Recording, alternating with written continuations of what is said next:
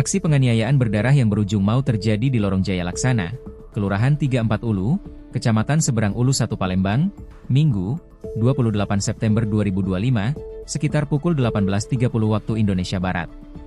Seorang pria bernama Jaka Somara, 34, warga setempat, meregang nyawa akibat luka bacok serius di beberapa bagian tubuhnya.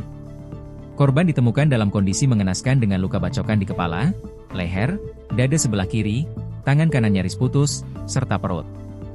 Korban sempat dibawa ke RSUD Bari Palembang, namun nyawanya tidak tertolong dan kini berada di kamar jenazah rumah sakit tersebut.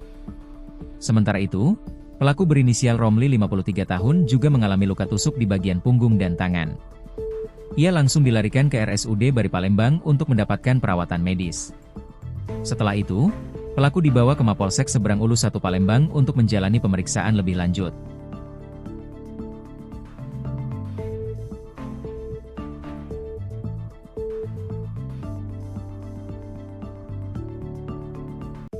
Ini ya Aswani anak membawa baru turun dari mobil. Kapan aku turun mobil mau gerobak keluar, bawa anakku di dalam gerobak itu. Kena kapak gue? Iya, jadi ini tadi di kapak di depan rumah itulah kejadiannya. Di mana? Benar, tadi kita mendapat informasi telah terjadi kasus penganiayaan mengakibatkan luka, korban meninggal dunia, dan motif setelah kita kondisikan masalah keributan masalah anak.